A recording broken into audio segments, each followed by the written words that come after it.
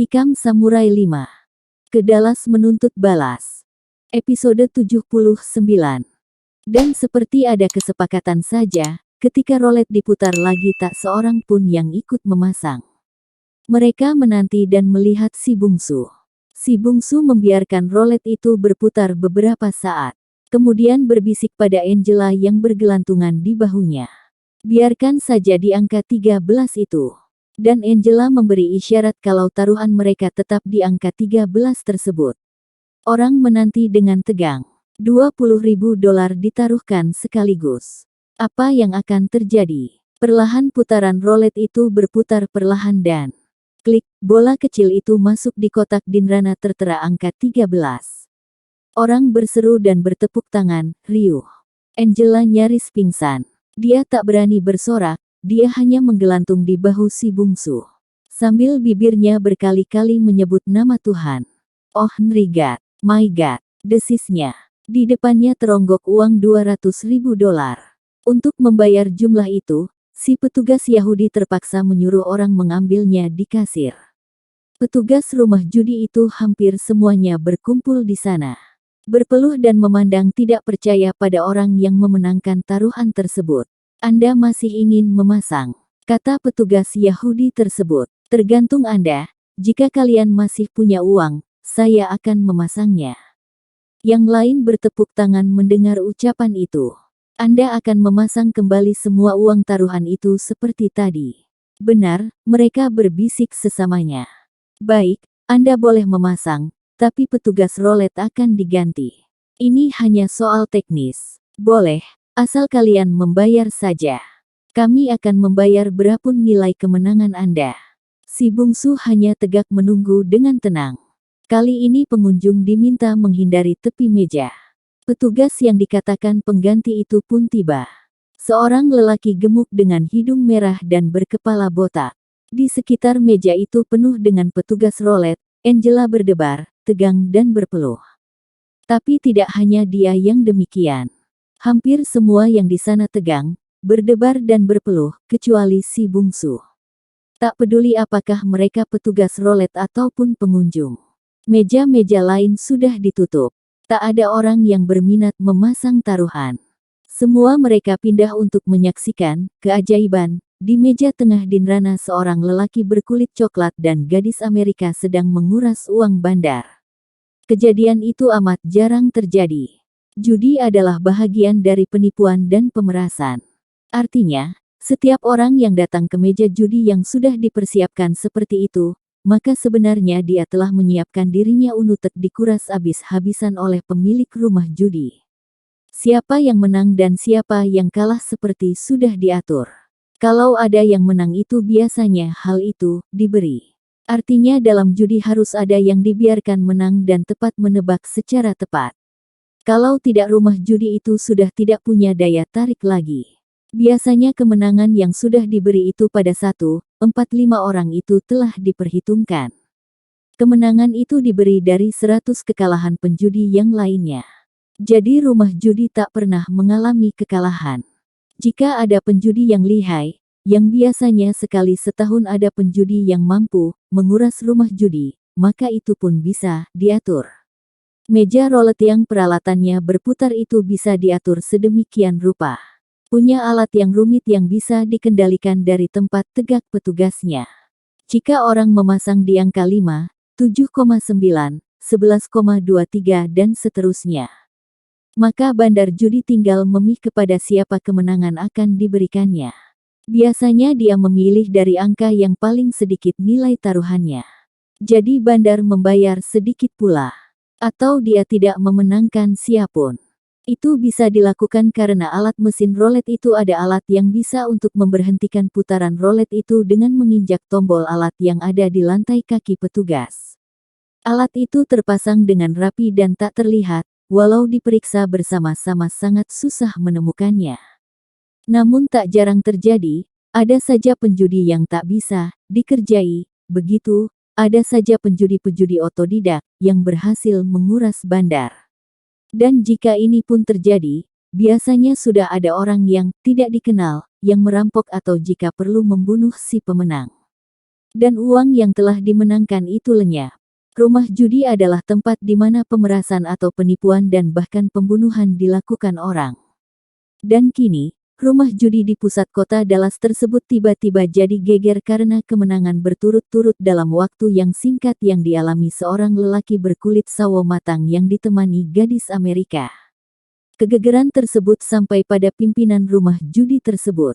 Dalam waktu dekat dia sudah tiba di sana. Dia melihat orang tengah mengelilingi sebuah meja dan petugas yang lain berbisik tatkala bos mereka datang. Namun si bos memberi isyarat halus dan mereka berbuat seolah-olah si bos tidak ada di sana. Namun si bungsu dapat menangkap isyarat tersebut. Dia tahu si bos bertubuh atletis dan berpakaian mentereng. 2 orang polisi juga dipanggil untuk menyaksikan putaran roulette ini. Si bungsu tahu, bos judi ini berniat main curang. Sebenarnya hal itu sudah terjadi dari tadi, namun dia masih dapat mengatasinya. Dia bukannya tidak tahu kalau roulette ini ada pesawat yang dapat diatur sedemikian rupa. Namun dia dapat mengatasi karena ketajaman indera dan perhitungan yang matang. Angela memeluk si bungsu. "Kita berhenti saja," bisik gadis itu cemas. Betapun dia seorang polisi namun tetaplah seorang wanita. Dia tahu keadaan sangat berbahaya bagi si bungsu dan dirinya. "Tak mungkin kita berhenti dalam waktu begini," ujar si bungsu sambil menggenggam tangan Angela menenangkan gadis itu. "Anda siap?" kata petugas botak itu dengan tiba-tiba sambil menggosok-gosokkan telapak tangannya. Si bungsu mengangguk. Petugas itu memberi isyarat dengan mengangkat telapak tangannya tinggi-tinggi. Orang-orang mengikuti gerakannya dengan seksama.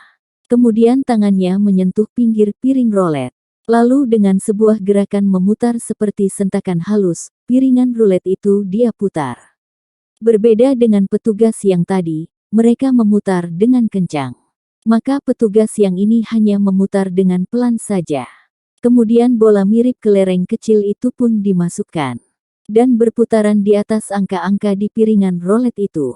Si bungsu menanti beberapa saat. Piring roulette masih berputar, bola kecil itu juga. Dan tiba-tiba dia bergerak, dia segera memindahkan seluruh uang taruhannya di angka 8. Angela dan semua orang yang menyaksikan, yang jumlahnya nyaris 100 orang, menarik napas. Kalau orang ini menang, maka dia akan punya uang sebanyak $2 juta. 2 juta.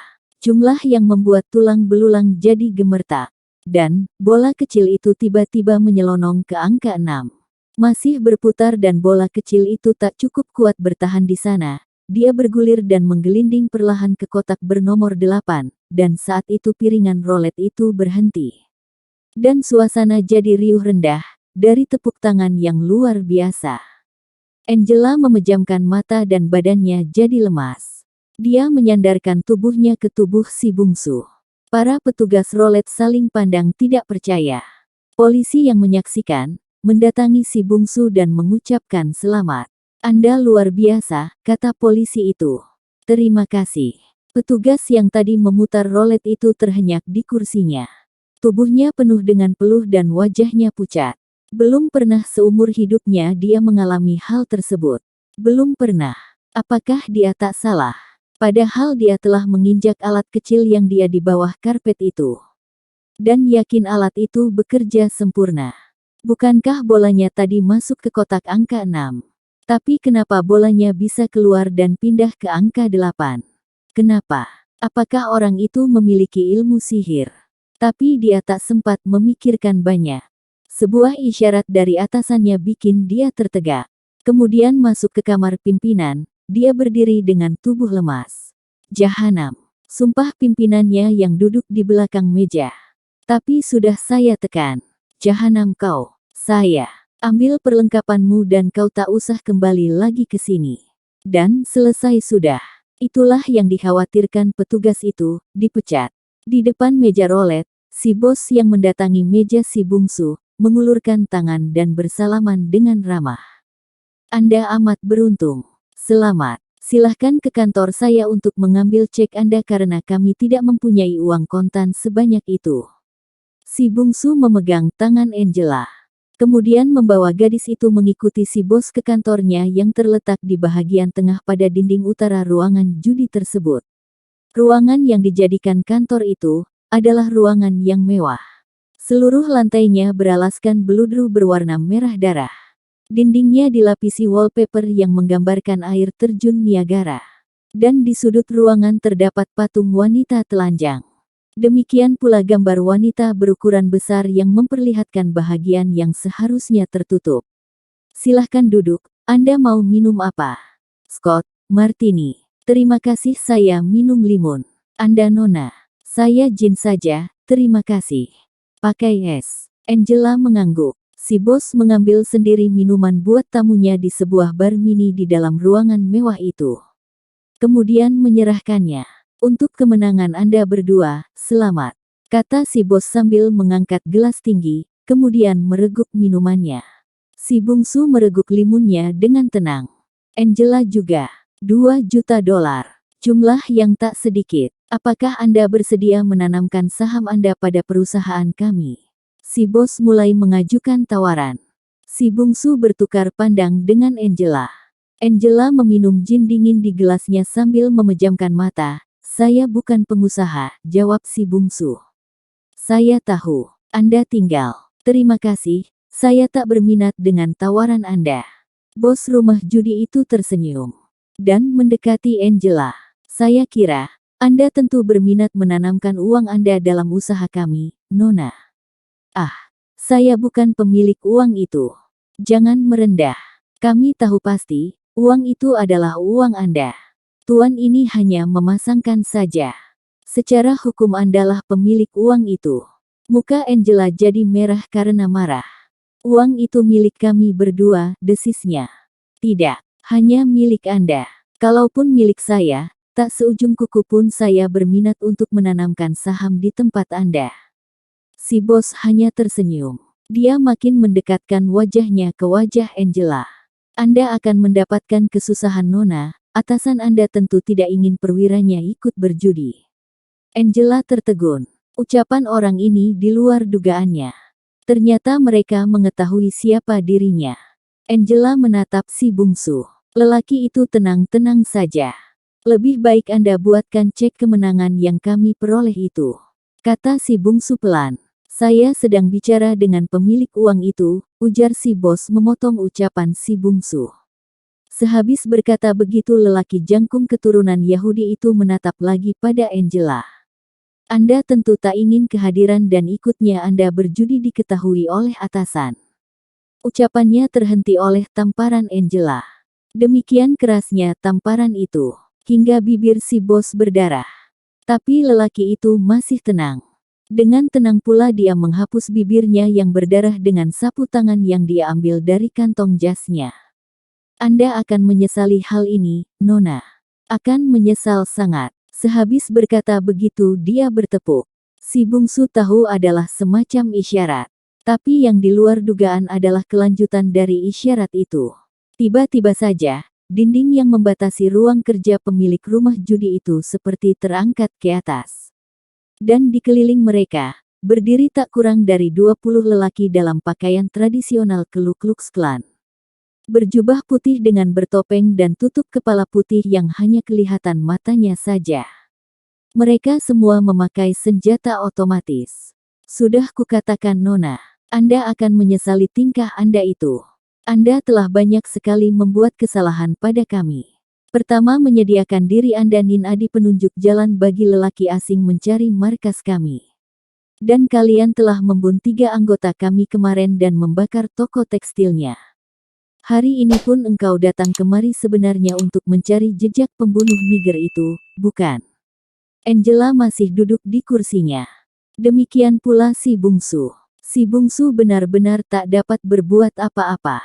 Apa yang dia perbuat dalam keadaan seperti ini? Di kelilingnya berdiri kurang sedikit 2 lusin orang yang dilengkapi senjata otomatis. Dan dia ingin tahu siapa sebenarnya pemimpin dari orang-orang ini dan orang yang membunuh Tongki. Dia memandang keliling. Dan tiba-tiba menyadari bahwa rumah judi ini adalah salah satu markas Ku Klux Klan yang terkenal itu. Dia segera ingat buku yang dia baca di pustaka tua itu, yang mengungkapkan bahwa organisasi iblis ini mendapat suplai biaya, peralatan dan persenjataan berkat beberapa anggotanya yang memiliki rumah judi, rumah lacur dan industri.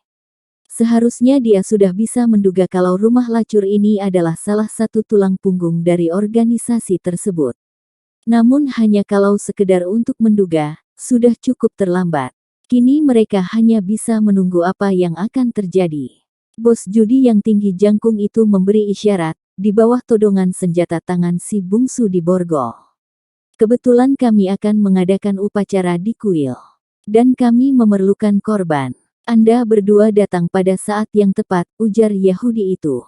Mata si bungsu kemudian ditutup dengan kain hitam.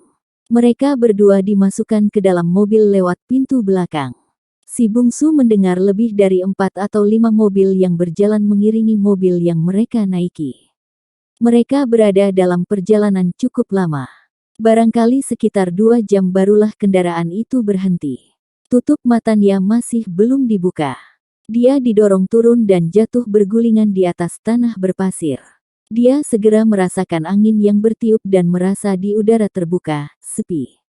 Tutup matanya dibuka. Di depannya dia lihat ada api unggun. Dia berada di sebuah lapangan yang tak begitu besar. Tapi jelas lapangan ini tempat suatu upacara. Di samping api unggun ada sebuah pentas yang mirip dengan altar sembahyang suatu agama. Di tengah pentas itu ada sebuah pembaringan batu. Dan sekitar lapangan yang tak lebih dari lapangan bola basket itu, kelihatan tegak sosok-sosok lelaki dan perempuan. Mereka menatap ke tengah, kepada orang yang baru datang itu dengan diam. Si bungsu dan Angela segera diseret ke tengah. Menghadap altar yang terang benderang itu. Mereka ditekan sampai terduduk. Kemudian terdengar bunyi gendang, mirip seperti genderang yang dibunyikan suku Indian. Seiring bunyi genderang tersebut, muncul 2 orang berjubah sambil meliuk-liukkan tubuhnya. Dari gerakannya segera diketahui. Kedua mereka berdua adalah perempuan. Hal itu terbukti ketika mereka membuka tutup kepalanya dan melemparkannya ke altar. Mereka meliuk terus mengikuti irama genderang yang dipukul dari balik api unggun. Berputar dalam sebuah tarian ritual yang lebih banyak daya rangsangnya daripada daya magisnya. Beberapa saat kemudian mereka membuka jubahnya. Dan di balik jubah itu mereka hanya memakai kutang dan cawat. Tubuh mereka luar biasa menggairahkannya. Dengan buah dada yang sintal dan pinggang yang padat, mereka meliuk seperti orang ketagihan atau tengah mengharap sesuatu yang merangsang. Semua yang hadir dengan diam dari balik jubah dan topeng mereka. Kedua orang itu meliuk terus. Tangan mereka menyentuh tempat-tempat terlarang di tubuh mereka sendiri dengan gerakan yang merangsang. Mulutnya mendesah-desah dan merintih. Kemudian salah seorang naik ke altar. Di sana membuka kutang dan cawatnya. Kemudian berbaring di atas pembaringan batu pualam itu. Kemudian meliukkan tubuhnya dengan naik turun, ke kiri, ke kanan.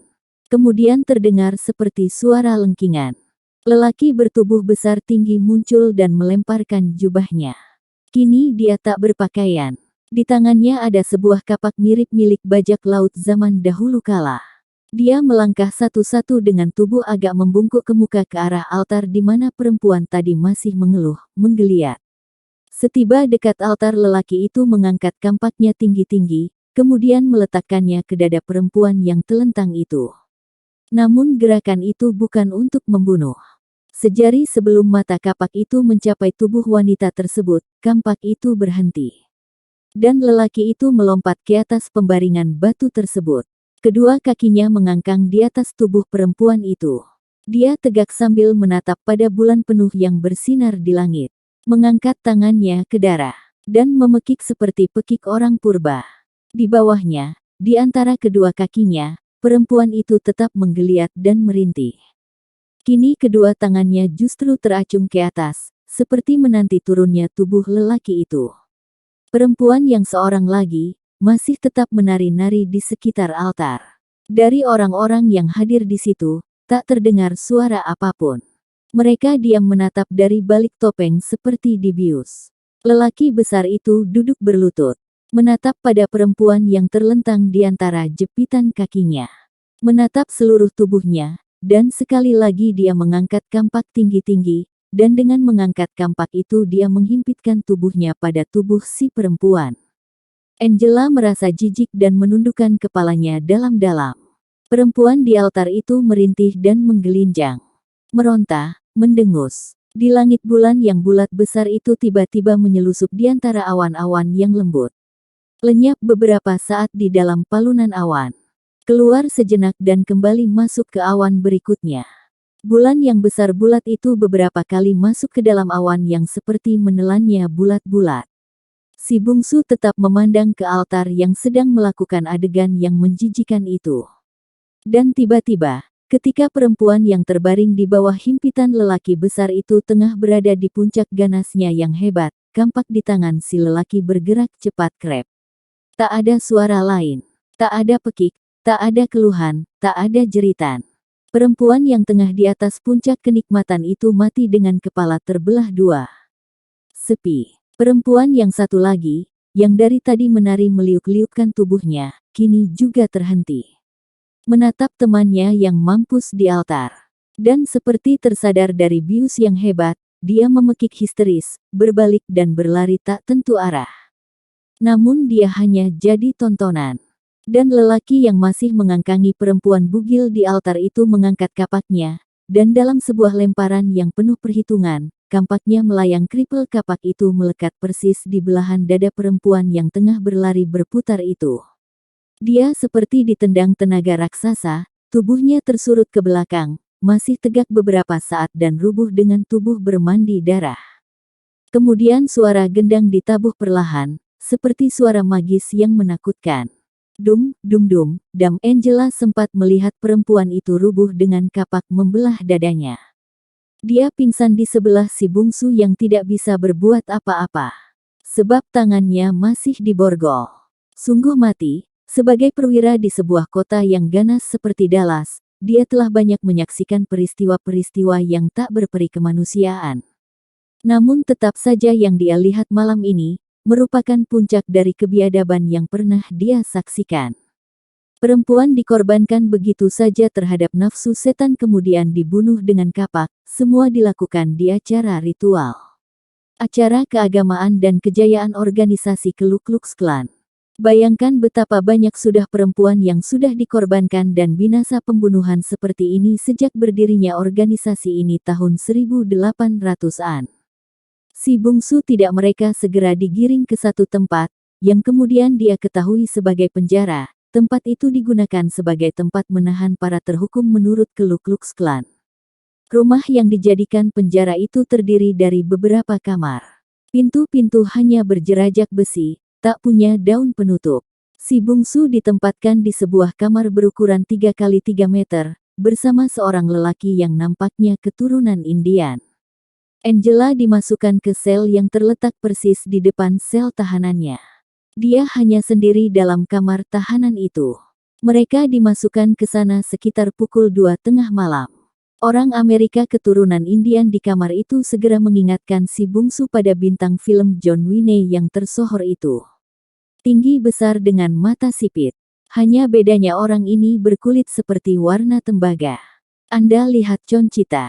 Tiba-tiba saja Indian itu bertanya kepada si bungsu tak segera menjawab. Anda bisa berbahasa Inggris? Tanya Indian itu pula. Si bungsu mengangguk. Conchita, anak gadisku. Berambut panjang hitam dengan anting-anting besar. Dia dibawa tadi keluar bersama gadis yang lain. Mereka juga membawa kampak besarku. Kau lihat dia. Si bungsu tidak menjawab. Dia teringat gadis yang terlentang di atas altar itu, berambut hitam lebat dan beranting-anting besar dan tubuh menggairahkan. Yang mati di puncak nikmat dengan kepala di belah kapak, ternyata kapak ayahnya. Kau melihat mereka di luar sana? Kembali Indian itu bertanya. Maaf, dia sudah mati. Indian itu termenung. Matanya menatap keluar sana seperti mata elang. Rahangnya kelihatan mengeras. Dia bicara sendiri dalam bahasa Indian Comanche yang tidak diketahui si bungsu. Si bungsu teringat lelaki besar yang menggagahi anak Indian ini, juga bertampang Indian. Sayup-sayup di luar terdengar suara lolong anjing. Tempat ini pastilah di luar kota. Kemana saja orang-orang anggota Ku Klux Klan yang tadi berkumpul di acara persembahan di luar tadi. Si bungsu tersandar dengan tangannya terikat dengan borgol ke belakang, ketika sesosok tubuh muncul. Dia segera ingat kalau dia si bos rumah judi yang dia sikat uangnya itu. Nafas lelaki itu menyebarkan bau minuman keras, tanpa menoleh ke kiri atau ke kanan dia langsung menuju ke kamar tahanan Angela berada. Dia membuka kunci kamar tahanan tersebut, lalu masuk, tanpa menutupkan pintu dia segera membukai pakaiannya. Angela saat itu tertidur pulas. Si bungsu tahu apa yang akan dilakukan lelaki jahanam tersebut. Namun dia tak berdaya, kedua tangannya masih terborgol ke belakang. Angela bangun. Serunya berusaha memberitahukan gadis itu akan bahaya yang dia hadapi. Angela tersentak bangun dan memekik melihat lelaki telanjang di dalam kamarnya yang diterangi listrik 100 watt itu. Namun gadis itu yang tangannya juga terikat tidak bisa berbuat apa-apa. Sudah kukatakan, kau akan menyesal karena memukul wajahku, Nona, ujar pemilik rumah judi yang berkebangsaan Yahudi itu. Lalu sekali sergap, Angela sudah berada di dalam pelukannya, bibirnya menjalar kemana-kemana. Angela meronta. Tangan Yahudi itu menyentakkan pakaiannya. Terbuka bagian atas. Si bungsu dalam acara seks dan bisa berpikir banyak. Sekurang-kurangnya mengatupkan bibir. Dia tak berdaya. Belenggu jahanam itu mencekam kedua tangannya ke belakang. Tangan Yahudi itu merenggut lagi dan lagi. Angela kian terengah. Tak berkain secabik pun. Indian sekamar dengan si bungsu hanya menatap sesaat ke kamar di depannya, di mana tengah terjadi pertarungan yang tak berimbang itu. Kemudian dia menunduk, diam seperti patung. Di seberang sana tubuh si Yahudi itu telah menimpa tubuh Angela yang menggiurkan. Gadis itu berusaha menyelamatkan dirinya. Namun dia hanya seorang perempuan. Dia memang belajar bela diri, karate dan judo. 2 kali seminggu selama dinas di kepolisian. Namun dengan tangan terikat ke belakang apa yang dapat dia perbuat? Tangan Yahudi itu meremas-remas dengan penuh nafsu. Angela merasa sakit seluruh tubuhnya. Yahudi itu menghimpit dirinya, Angela menerjangkan kakinya Yahudi itu tercampak ke samping. Kemudian Yahudi itu bangkit, dan menghimpit lagi, menghantamkan tinjunya ke pelipis Angela. Angela pingsan. Dengan leluasa Yahudi itu melaksanakan niatnya. Si bungsu menggigil, betapa laknatnya. Gadis itu datang kemari karena ingin menolongnya mencari jejak pembunuh Tongki. Kini gadis itu dicemarkan kehormatannya di hadapan mata kepalanya, tanpa dia dapat berbuat secuil pun. Yahudi itu leluasa sekali karena Angela pingsan.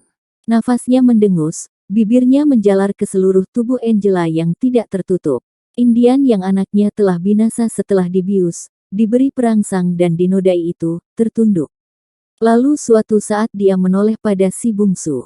Lelaki asing itu dia lihat tertunduk dan matanya basah menahan berang. Dan tubuhnya yang basah bermandi peluh. Dia melihat di bawah cahaya terang 100 watt dalam kamar itu, betapa lelaki itu berdarah tentang pergelangan tangannya yang diborgol. Dia tahu lelaki ini ingin melepaskan borgolnya. Usahanya justru membuat borgol itu memakan daging tangannya. Tapi dia melihat sesuatu di tangan si bungsu, seperti pisau kecil. Rupanya dalam usaha membuka borgol itu, membuat samurai kecilnya yang terselip di lengan itu meluncur turun. Sebuah samurai kecil tergeletak di lantai. Perlahan Indian itu mendekati si bungsu. Mengambil samurai itu dan menelitinya. Milikmu. Si bungsu mengangguk. Dan Indian itu tiba-tiba bergerak cepat. Dia meraih tangan si bungsu, meneliti borgolnya. Kemudian ujung borgol yang tipis itu dia masukkan ke lubang borgol. Waktu itu Yahudi di seberang sana selesai. Dia melekatkan pakaian. Kemudian melangkah meninggalkan kamar tahanan. Lelaki itu menoleh pada si bungsu yang tersandar, pada Indian yang terbaring diam, sambil melambaikan tangan. Kemudian dengan wajah berpeluh berjalan keluar. Begitu dia lenyap, Indian itu bangkit, melanjutkan pekerjaannya. Dan hanya selang 2 menit, borgol itu terbuka. Meski terbuka hanya sebelah, namun bagi si bungsu hal itu sudah lebih dari cukup. Dia bangkit, tapi satu hal dia hadapi lagi. Pintu kamar mereka terkunci dari luar. Tengah dia tegak bingung, lelaki Indian itu memberi isyarat. Dan dia berjalan ke pinggir kamar yang berdinding batu. Si bungsu masih tetap di tempatnya. Tiba-tiba Indian itu menghantam dinding itu dengan kepalan tangannya. Dinding itu jebol. Dia hantam beberapa kali dan dinding itu rubuh. Keluar lewat sini, imbaunya. Si bungsu yang ternganga akan tenaga Indian itu buat sesaat masih termangu. Indian itu sudah keluar. Si bungsu ikut menyelinap di lubang yang pas-pasan badan itu. Dia menyelinap di mana kamar Angela terbaring dalam keadaan tak berkain secabik pun. Cepat dia menutup tubuh gadis itu dengan kainnya yang terserak-serak. Dan ketika dia memangku tubuh gadis itu di pintu, dia melihat Indian besar itu telah tegak di sana, sebuah senapan otomatis tergenggam di tangannya. Kemana jalan keluar, bisiknya. Tanpa banyak bicara Indian itu berjalan duluan, menyelinap keluar dan mendapatkan tubuh anaknya di altar. Hanya kini tubuhnya sudah ditutupi kain putih bersih dengan lambang salib terbakar di tengahnya. Lambang Ku Klux Klan. Indian itu menatap anaknya. Kemudian bergegas mencari jalan keluar. Markas ini nampaknya terdiri dari 3 bangunan. Di tengah ketiga bangunan itu altar tersebut berada. Dekat pintu si bungsu mendapati tubuh terkulai. Barangkali lehernya patah. Dan si bungsu menduga, orang ini adalah pengawal yang dibunuh oleh tangan si Indian untuk mendapatkan bedilnya. Mereka berlari cepat dengan si bungsu masih memanggul tubuh Angela. Si Indian membawa si bungsu ke gedung kedua. Di sana mereka menyelinap, masuk. Mendapatkan beberapa kamar tertutup namun tidak terkunci. Di sebuah kamar si Indian menyelinap masuk. Kemudian keluar lagi. Dia menyerahkan bedilnya pada si bungsu.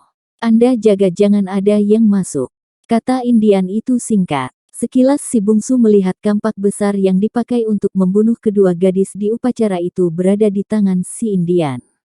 Indian itu sudah menyelinap lagi ke dalam kamar. Si bungsu menduduk Angela di sebuah kursi di ruang tengah. Dan dari dalam tiba-tiba dia dengar erangan panjang. Dia menghambur ke dalam.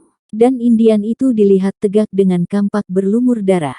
Di tepi kamar dilihat si bungsu sesosok tubuh, yang segera dikenal si bungsu sebagai lelaki besar tinggi yang membunuh kedua gadis malam tadi, yang salah satunya adalah anak dari Indian itu. Kepala lelaki yang berwajah Indian itu terbelah dua, persis seperti kepala gadis yang dia bunuh setelah dia gagahi di atas altar tersebut. Cepat kita tinggalkan tempat ini, kata Indian tersebut. Saat mereka berjalan keluar Angela terbangun dari pingsan yang hebat. Dan mulutnya terbuka untuk memekik. Namun Indian itu bergerak cepat. Sebuah pukulan menghantam tengkuk gadis itu. Dia pingsan lagi. Indian itu menunggu lama, dia membopong gadis itu keluar. Si bungsu mengikuti dari belakang sambil mengawasi dengan bedilnya. Jalan ini, ujar si India sambil berbelok ke kanan. Nampaknya dia hafal daerah ini. Jalan yang dia tempuh menuju mobil pick-up putih. Indian itu bertindak cepat. Mereka masuk, dan dengan merenggutkan kabel kontak, mengadu kabel positif dan negatifnya mobil itu hidup. Kemudian seperti dilonjakkan menghambur ke arah jalan. Memasuki padang rumput, kemudian beberapa kali tembakan terdengar dari rumah tersebut. Kaca belakang dan dinding mobil berkeping dihantam peluru. Namun Indian itu mahir sekali. Dia melarikan mobil itu, berbelok-belok. Beberapa menit kemudian mereka sampai di jalan raya. Mobil itu mereluncur dalam udara pagi yang dingin. Angela siuman dan memekik kuat-kuat. Gadis itu amat terguncang atas perlakuan yang dia terima tadi malam. Dinodai oleh si Yahudi pemilik rumah judi tersebut. Dan dia kembali memekik. Kuasai dirimu nak, kata si Indian itu sambil tetap melarikan mobil dengan kencang.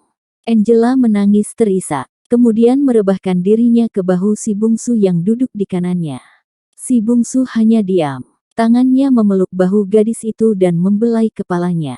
Mobil itu dilarikan kencang membelah udara subuh. Diarahkan ke jantung kota Dallas.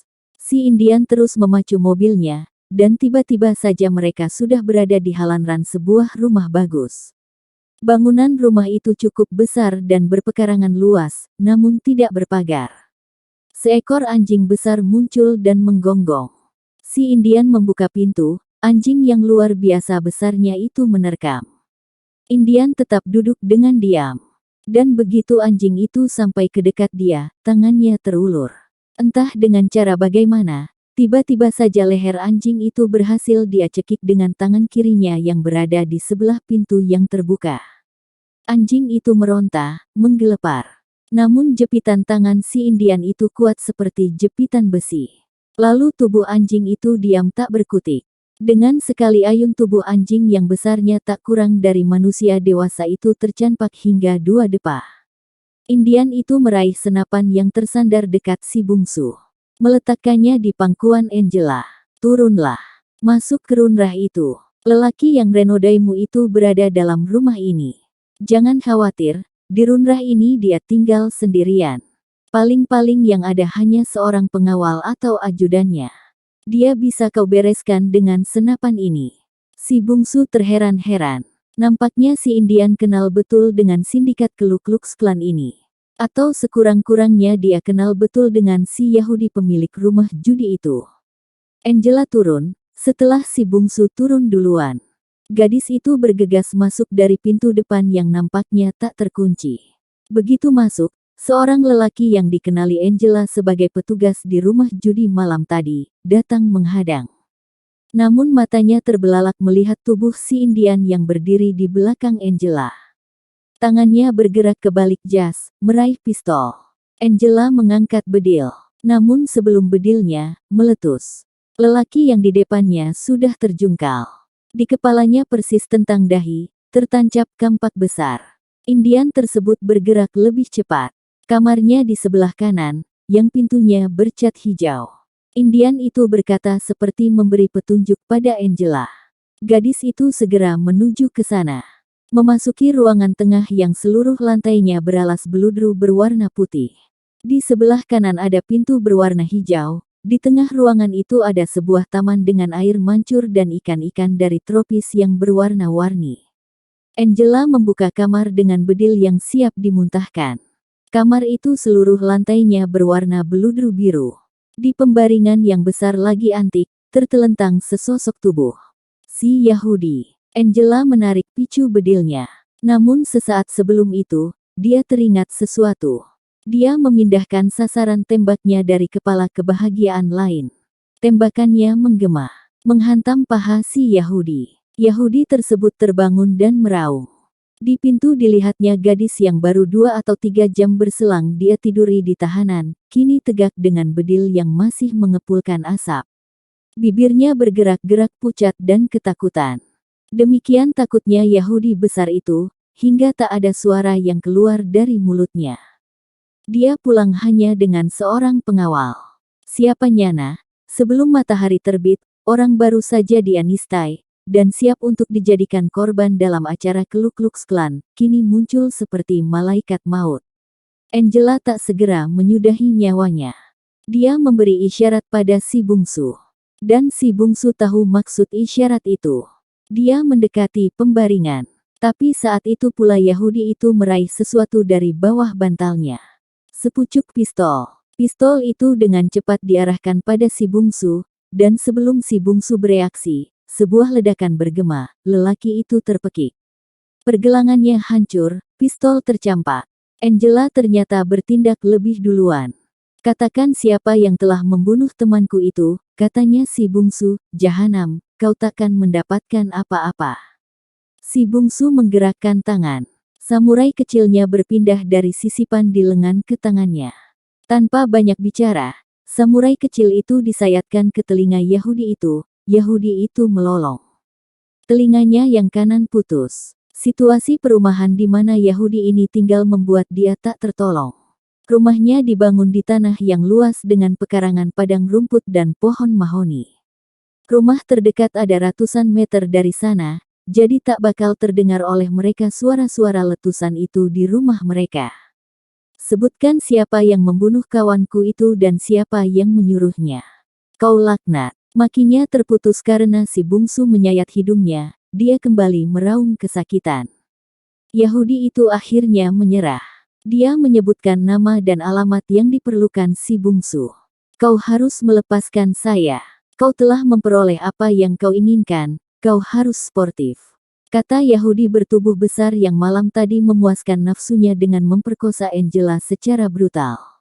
Ya, saya membebaskanmu. Saya takkan menyakitimu seujung kaki pun. Kata si bungsu. Benar, benar. Si bungsu meninggalkan pembaringan itu. Kini yang maju adalah Angela. Gadis itu menatapnya dengan tatapan seperti akan merobek tubuhnya. Yahudi yang malam tadi alangkah ganasnya itu menjadi menggigil.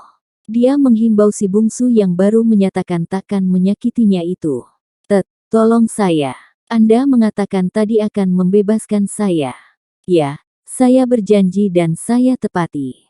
Ujar si bungsu dari pintu dengan tenang. Tapi kawan Anda ini. Itu bukan urusan saya. Antara kau dan aku tak ada urusan lagi. Tentang gadis itu mungkin kau ada urusan, maka kalian harus menyelesaikannya sendiri. Si bungsu berkata dengan tenang. Wajah Yahudi itu, yang malam tadi begitu ganasnya kini menjadi pucat. Ya, kita ada persoalan, bukan? Kita akan menyelesaikannya menurut cara kita, kata Angela penuh dendam.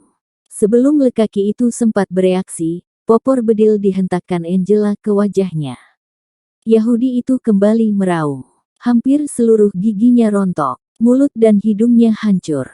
Namun Angela menatapnya dengan dingin. Berdiri, desis gadis itu. Yahudi itu menyumpah.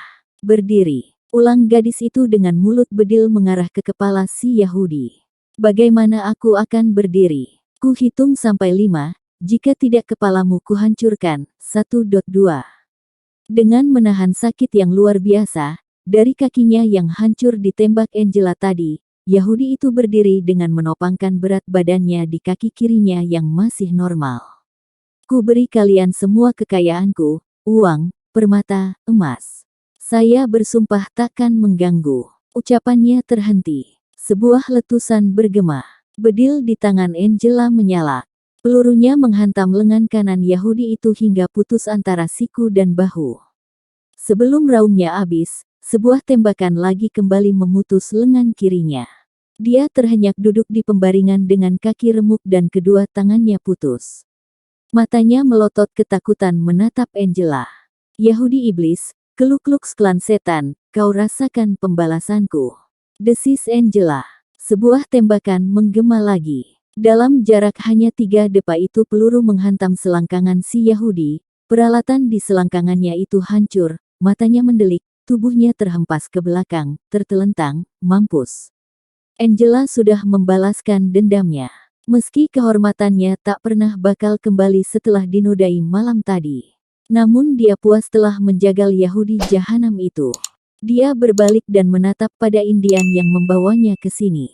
Indian itu, yang anak gadisnya diperkosa dan dibunuh di altar upacara Ku-Klux Klan itu, tetap tegak di pintu. Menatap keluar, menjaga kemungkinan yang tak diingini. Angela menatap Indian tersebut. Terima kasih Pak, Anda telah menunjukkan sarang serigala ini. Indian itu hanya menatap sesaat. Mari kita pergi, sebentar lagi tempat ini akan ramai. Katanya bergegas menuju ke mobil yang mereka curi di markas Ku-Klux Klan itu.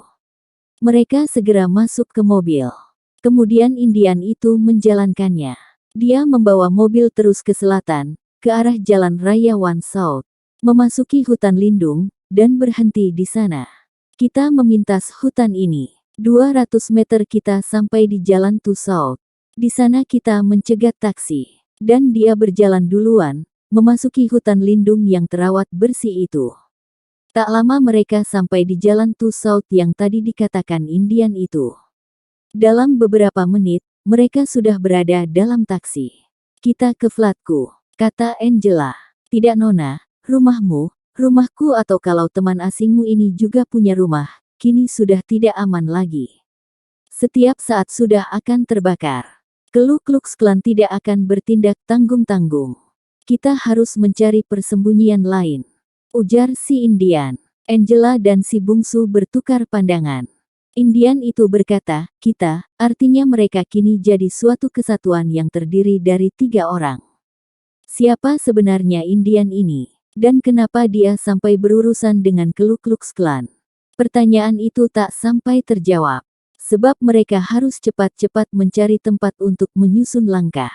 Angela meminta taksi itu berhenti di sebuah telepon umum yang terletak di pinggir taman.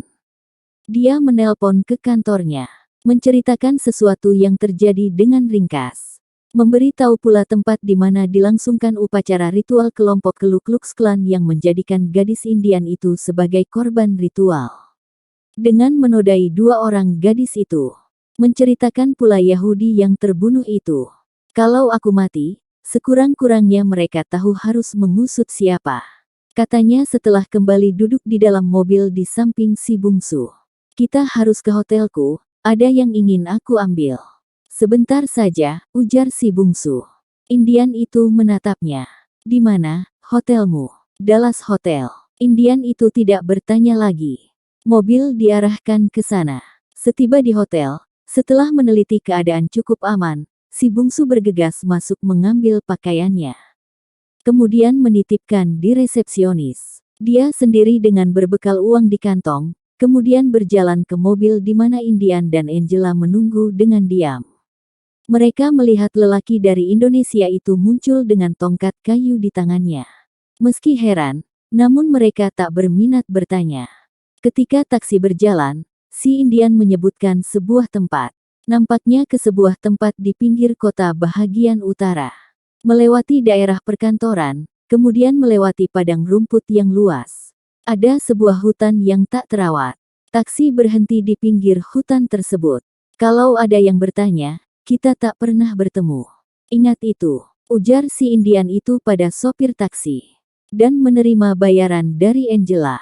Yes, sir, jawab si sopir taksi sambil melambaikan tangan. Mereka melanjutkan berjalan kaki sambil tetap berdiam diri mengikuti si Indian yang berjalan di depan. Setelah berjalan beberapa saat, mereka melihat sebuah rumah bertingkat 2 dari kayu. Ada asap mengepul. Di halaman ada 2 orang lelaki Indian yang tengah bekerja. Ada anjing yang melolong dan menyongsong mereka. Kedua orang lelaki Indian itu serta-merta berhenti bekerja dan tangan mereka dengan kukuh memegang bedil dan menatap yang datang. Anjing itu mendengus dan menjilat kaki si Indian yang terus saja berjalan. Tiba di dekat 2 Indian yang berhenti bekerja itu, dia berhenti sejenak, saling pandang dan masih tanpa berkata sepatah kata pun, dia menuju rumah. Pintu terbuka dan dari dalam muncul seorang perempuan berkulit putih. Perempuan itu belum tua benar. Raut wajahnya masih memperlihatkan paras yang cantik. Baik si bungsu maupun Angela segera melihat kemiripan antara perempuan separuh baya di pintu itu dengan gadis yang mati setelah dinodai di altar persembahan Ku Klux Klan malam kemarin. Perempuan itu menatap si Indian yang baru datang. Indian itu berjalan ke arahnya. Tegak beberapa saat di depan si perempuan kulit putih itu. Dari jarak 10 meter, si bungsu dan Angela melihat si Indian itu seperti berbicara. Kemudian perempuan itu menangis, lalu memeluk lelaki Indian itu. Lalu mereka tegak berpelukan di depan pintu di bawah tatapan mata Angela dan si bungsu. Ditatap pula oleh 2 orang lelaki Indian yang bertubuh besar yang masing-masing tangannya memegang kampak. Kemudian lelaki Indian itu menoleh kepada mereka. Memberi isyarat untuk datang, Angela dan si bungsu mendekat. Perempuan Amerika itu duluan masuk. Mari masuk, ujar Indian itu. Di dalam rumah, keadaannya kelihatan bersih, meski amat sederhana. Kedua Indian yang semula bekerja membelah kayu kini berkumpul dengan mereka. Ini, Elizabeth, istriku. Ujar Indian itu memperkenalkan perempuan berkulit putih itu. Perempuan itu mengulurkan tangan pada Angela sambil mencoba tersenyum. Kemudian pada si bungsu. Keduanya mereka menyebutkan nama masing-masing. Mereka teman-temanku, kami sama-sama melarikan diri dari Ku Klux Klan. Ujar Indian itu menambahkan. Ini keponakanku elang merah, ini adikku pipa panjang. Indian itu memperkenalkan kedua orang Indian yang tadi di luar rumah. Kedua Indian itu hanya mengangguk. Tidak mengulurkan tangan untuk bersalaman. Indian itu kemudian memperkenalkan siapa dirinya pada Angela dan si bungsu. Dia berbicara bahwa namanya Yosua. Nama Indiannya adalah beruang hitam. Mereka berasal dari nenek moyang suku Indian Apache. Yosua bekerja di perkebunan di utara Dallas, di luar kota Atmore. Di perkebunan itu banyak bekerja orang-orang negro. Sekali seminggu, setiap Sabtu, dia pulang kemari, ke rumahnya ini. Namun sebulan yang lalu, di perkebunan teh milik orang Amerika asal Skotlandia di Atmore itu terjadi kerusuhan. Buruh-buruh menuntut kenaikan upah. Seorang negro mati dibunuh oleh mandor berkulit putih dengan menembaknya di kepala. Peristiwa itu terjadi di dekat Yosua. Dia tak dapat melihat orang itu berlaku sewenang-menang. Dengan pisau yang ada di tangannya, dia serang orang kulit putih itu. Tentu saja mandor itu bukan lawannya. Si mandor berusaha menggertak dengan senapan. Namun Yosua adalah Indian yang berdarah kental. Dia menyerang dan kepala orang kulit putih itu putus. Itu memang kesalahannya. Salah karena membela orang negro, dia melarikan diri.